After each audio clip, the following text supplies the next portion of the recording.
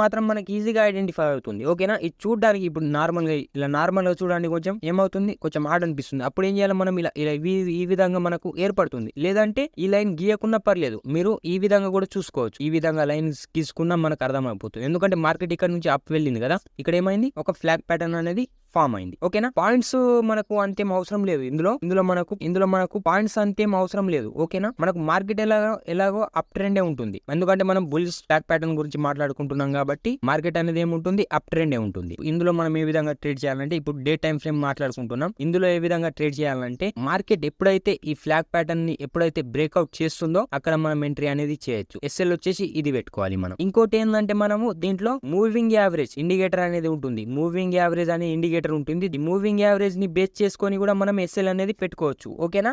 మనం ఎంట్రీ వచ్చేసి ఏం తీసుకోవాలి? ఎంట్రీ వచ్చేసి ఏదైతే ఫ్లాగ్ ప్యాటర్న్ ని బ్రేక్అవుట్ ఇస్తుందో అక్కడ మనం ఎంట్రీ అనేది చేయొచ్చు. ఇది డే టైం ఫ్రేమ్ లో చెప్తున్నాను.